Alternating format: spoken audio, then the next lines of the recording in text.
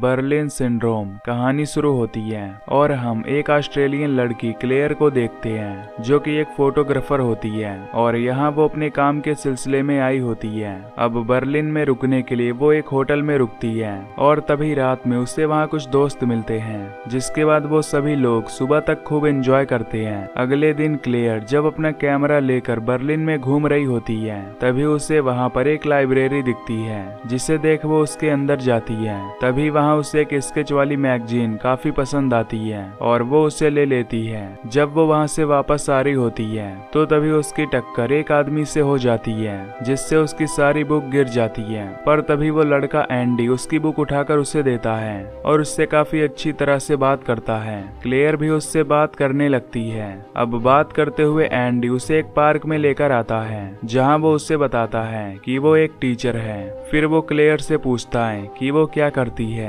जिस पर क्लेयर उसे बताती है कि वो एक फोटोग्राफर है और बर्लिन में अपने काम के लिए आई है। अब क्लेयर भी इस शहर में अकेली थी, इसीलिए वो उसके साथ पूरे दिन इस शहर को एक्सप्लोर करती है। अब शाम को एंडी क्लेयर को उसके होटल छोड़ने आता है। तभी हम देखते हैं कि अब एंडी को क्लेयर से प्यार हो गया है। वो उसका अजीब तरह से बाल टच करता है और ये देख क्लेयर को भी अजीब लगता है। इसके बाद जब रात में क्लेयर अपने कैमरे में फोटोज देख रही होती है तो वो एंडी की भी फोटो देखती है और कहीं न कहीं वो भी उसे पसंद करने लगी थी।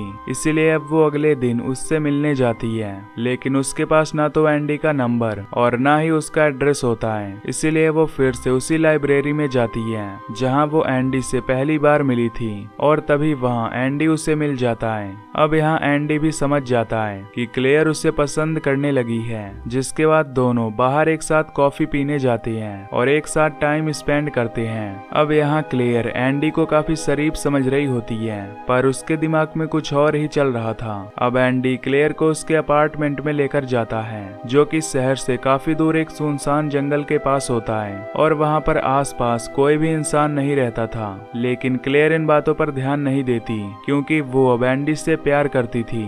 जिसके बाद वो दोनों घर के अंदर जाती हैं और यहाँ एंडी अजीब अजीब हरकतें करने लगता है, पर क्लेयर उसे फिर भी इग्नोर कर देती है और अब इसके बाद दोनों इंटीमेट होने लगते हैं और ये रात बीत जाती है। अगले दिन एंडी स्कूल में होता है और क्लेयर घर में होती है। वो उस पूरे घर में घूमती है और फिर तैयार होकर बाहर निकलने वाली होती है कि तभी वो देखती है कि दरवाजा लॉक होता है, जिसके ऊपर एक लोहे की रॉड से लॉक लगा होता है। अब ये देखकर वो काफी हैरान हो जाती है, पर वो इसे भी सीरियस नहीं लेती और सोचती है कि एंडी शायद उसे घर की चाबियां देना भूल गया होगा। अब सारा दिन क्लेयर उस घर में बिताती है और जब शाम को एंडी घर पर आता है तो वो उससे पूछती है कि क्या वो कीज देना भूल गया था। इस पर वो कहता है हाँ, मुझे लगा कि मैं यहाँ रख कर गया हूँ पर मैं भूल गया था। क्लेयर उससे मजाक में बोलती है कि मुझे लगा कि तुमने मुझे यहाँ जानबूझकर कैद करके रखा है, पर एंडी उससे ऐसा रिएक्ट करता है जैसे वो बहुत ही शरीफ है और उसे कुछ नहीं पता।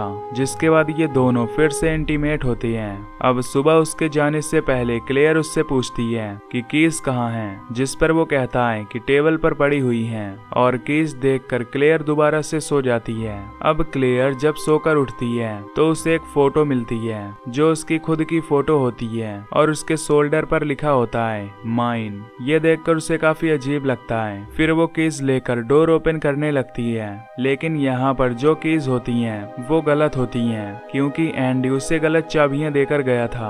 और अब क्लेयर समझ जाती है कि यहाँ पर कुछ न कुछ गड़बड़ है क्योंकि वो उस डोर को नहीं खोल पा रही थी। उससे पता चल जाता है कि एंडी ने उसे यहाँ जानबूझकर बंद किया है। उसके बाद वो अपना फोन चेक करती है पर उसकी बैटरी लो होती है और जब वो अपना फोन चार्ज में लगाती है तो देखती है कि उसके सिम कार्ड से गायब हो गए हैं। ये देखकर वो काफी घबरा जाती है और उस खिड़की को तोड़ने की कोशिश करती है। पहला ग्लास तो टूट जाता है पर उसके पीछे वाला ग्लास नहीं टूट पाता, जिससे क्लेयर समझ जाती है कि ये सब एंडी बहुत पहले से ही प्लानिंग कर रहा था। और अब क्लेयर शाम होने का इंतजार करती है। जैसे ही एंडी दरवाजा खोलता है तो वो वहाँ से जाने की बात करती है, लेकिन एंडी फिर से दरवाजा बंद कर देता है और लॉक लगा देता है। अब एंडी उस घर के हालात को देखकर समझ जाता है कि क्लेयर को सब पता चल गया है। तभी क्लेयर उससे पूछती है कि ये सब क्या चल रहा है। एंडी कहता है कि तुमने ही तो कहा था कि तुम मेरे साथ सारी जिंदगी रहना चाहती हो। दरअसल एंडी ने इस बात को कुछ ज्यादा ही सीरियस ले लिया था, जिससे क्लेयर को समझते देर नहीं लगती कि एंडी एक मेंटली डिस्टर्ब आदमी है। क्लेयर उससे काफी लड़ती है और कहती है कि मुझे बाहर जाने दो, जिस पर एंडी उसे बहुत मारता है। अगले दिन जब वो घर से बाहर जाने वाला होता है तो वो क्लेयर को बेड से बांध देता है और उसके नीचे पॉलीथीन बिछा देता है, क्योंकि वो उसे 2 दिन के लिए यहाँ बांध कर जाने वाला था और टॉयलेट के लिए उसने ये प्लास्टिक बिछाई होती है। अब एंडी अपने फादर से मिलने जाता है, जहाँ वो उसे अपनी नई गर्लफ्रेंड के बारे में बताता है। यहाँ पर हमें पता चलता है कि एंडी की पहले भी एक गर्लफ्रेंड थी, लेकिन वो कहाँ गई किसी को पता नहीं। जब वो शाम को घर आता है तो क्लेयर को देखता है, जिसकी हालत बहुत ही खराब होती है। यहाँ एंडी उसके लिए एक पजल लेकर आता है और कहता है कि मैंने तुम्हारी मॉम को मैसेज कर दिया है कि तुम बिल्कुल ठीक हो। इस बात पर क्लेयर उसे बोलती है कि वो ठीक नहीं है। अगले दिन एंडी जब उसे दोबारा बांधने वाला होता है तो क्लेयर उससे रिक्वेस्ट करने लगती है कि वो उसे ना बांधे, क्योंकि घर में लॉक लगा हुआ है, वो वहां से कहां जाएगी। जिसकी बात मानकर अब एंडी उसे नहीं बांधता और जब एंडी वहां से चला जाता है तो क्लेयर उस घर में बाहर जाने का रास्ता ढूंढने लगती है। तभी उसे सोफे के नीचे एक स्क्रू ड्राइवर मिलता है, जिसे वो अपने पास रख लेती है।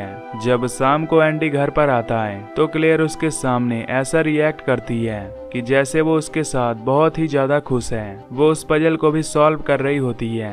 तभी वो एंडी की मदद मांगती है। जब एंडी उसे सॉल्व करने लगता है तो वो उसके हाथ में वो स्क्रू ड्राइवर दे मारती है। फिर वो उन कीज से रूम के बाहर तो चली जाती है, लेकिन अपार्टमेंट के बाहर वाला डोर भी लॉक होता है, जिससे वो उसे नहीं खोल पाती और एंडी उसके पीछे आता है और गुस्से में उसकी उंगलियां तोड़ देता है, जिससे क्लेयर वहीं पर बेहोश हो जाती है और एंडी उसे उठाकर घर के अंदर लाता है। वो उसकी फिंगर पर पट्टी बांधता है और यहाँ पर हमें पता चलता है कि एंडी हमेशा क्लेयर की फोटोज भी लेता रहता था और काफी अजीब हरकतें करता रहता था। फिर हम एंडी को उसके स्कूल में देखते हैं, जहाँ पर वो अपनी एक स्टूडेंट को बहुत ही अजीब तरह से देख रहा होता है, मानो कि वो उसका अगला शिकार होने वाली थी।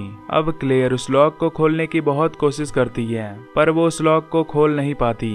अब इसी तरह क्लेयर को इस घर में कई दिन बीत जाते हैं। अब जब एंडी घर आता है तो वो उसके नाखूनों को काटता है, क्योंकि वो काफी बड़े हो चुके थे। फिर वो उसके हाथ की पट्टी को भी निकाल देता है और उसे नहलाता भी है। अगले दिन फ्रैंका एंडी के घर आती है, जो कि वही लड़की है जिसे एंडी स्कूल में अजीब नजरों से देख रहा था। और यहाँ पर एंडी क्लेयर से चुप रहने को बोलता है, लेकिन फ्रैंका क्लेयर को देख लेती है और उसे सेड्यूस करने की कोशिश करती है, लेकिन एंडी उसके जाल में नहीं फंसता और उसे मना कर देता है। फ्रैंका गुस्से में वहां से चली जाती है और अब क्लेयर भी समझ जाती है कि एंडी एक मेंटली पेशेंट है और क्लेयर को बिल्कुल भी अंदाजा नहीं होता कि आगे एंडी उसके साथ क्या करेगा। उससे बाथटब में एक लड़की के बाल भी मिलते हैं और इस घर में एक रूम भी था जो कि हमेशा लॉक रहता था।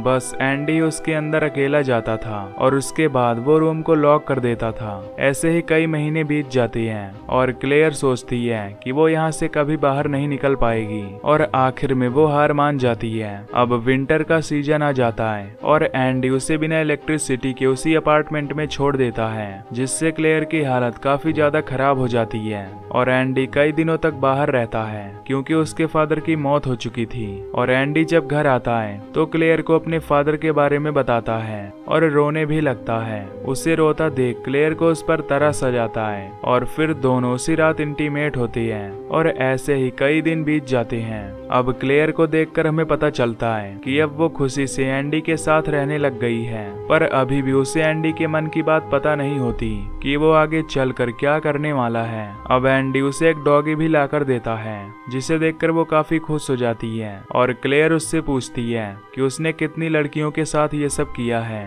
इस पर वो कहता है कि एक भी नहीं। अब काफी दिन बीत जाते हैं। हम देखते हैं कि एंडी क्लेयर को कार की डिग्गी में बंद करके एक सुनसान जंगल में ले जाता है और अब वो उसे मारने वाला था, लेकिन क्लेयर की किस्मत अच्छी होती है और वहाँ 2 बच्चे आ जाते हैं, जिसमें से एक बच्चा जख्मी होता है और उनके पीछे उनकी मॉम भी आ जाती है। क्लेयर उस लड़की को समझाने की कोशिश करती है, लेकिन वो लड़का उसकी बात नहीं समझता और वहाँ से भाग जाता है। इसके बाद एंडी क्लेयर को लेकर घर आता है। अब एक दिन एंडी जब घर पर नहीं था तो क्लेयर उसी रूम को खोलने की कोशिश करती है और वो उसमें एंटर भी हो जाती है। तभी वहाँ उसे एक फोटो एल्बम मिलती है जिसमें उसकी काफी सारी न्यूड फोटो होती हैं और एक फैमिली फोटो भी होती है। तभी उसमें कुछ लड़कियों की फोटोज भी उसे दिखती हैं, जिससे वो समझ जाती है कि एंडी ने बहुत सारी लड़कियों के साथ ये सब किया है और लास्ट में उन्हें मार दिया है। क्लेयर ये भी समझ जाती है कि एंडी उसे भी मार देगा। क्लेयर यहाँ से निकलने की बहुत कोशिश करती है, पर यहाँ से निकलना इतना आसान भी नहीं था।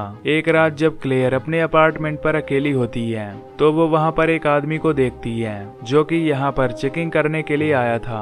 वो जब अपनी लाइट फ्लैश करता है तो क्लेयर अपना हाथ हिलाकर उससे मदद मांगती है, जिससे वो आदमी उसे देख लेता है और उसकी मदद करने के लिए गेट खोलने वाला होता है कि तभी एंडी वहाँ पर आ जाता है और उस आदमी को जान से मार डालता है। अब क्लेयर ये देख लेती है, वो काफी घबरा जाती है। इधर एंडी उस लाश को वहाँ से ले जाता है और उसे जला देता है। तभी एक दिन क्लेयर देखती है कि एंडी कुछ बच्चों की नोटबुक लेकर घर पर आया है, इसीलिए वो प्लान बनाती है कि वो फ्रैंका की नोटबुक में अपनी एक पिक्चर रख देगी, जिससे उसे पता चल जाए कि एंडी ने उसे यहाँ कैद करके रखा है और वो उसकी मदद के लिए आ सके। वो ऐसा ही करती है। वो पहले एंडी का ध्यान भटकाने की कोशिश करती है और आग में अपना हाथ जला देती है और फिर फ्रैंका की नोटबुक में अपनी फोटो रख देती है। अब अगले दिन फ्रैंका जब अपनी बुक खोलती है तो उसे वो फोटो मिल जाती है, जिससे वो समझ जाती है कि क्लेयर खतरे में है। वो उसी वक्त वहाँ से उठकर भागने लगती है और गलती से उससे वो फोटो वहीं पर गिर जाती है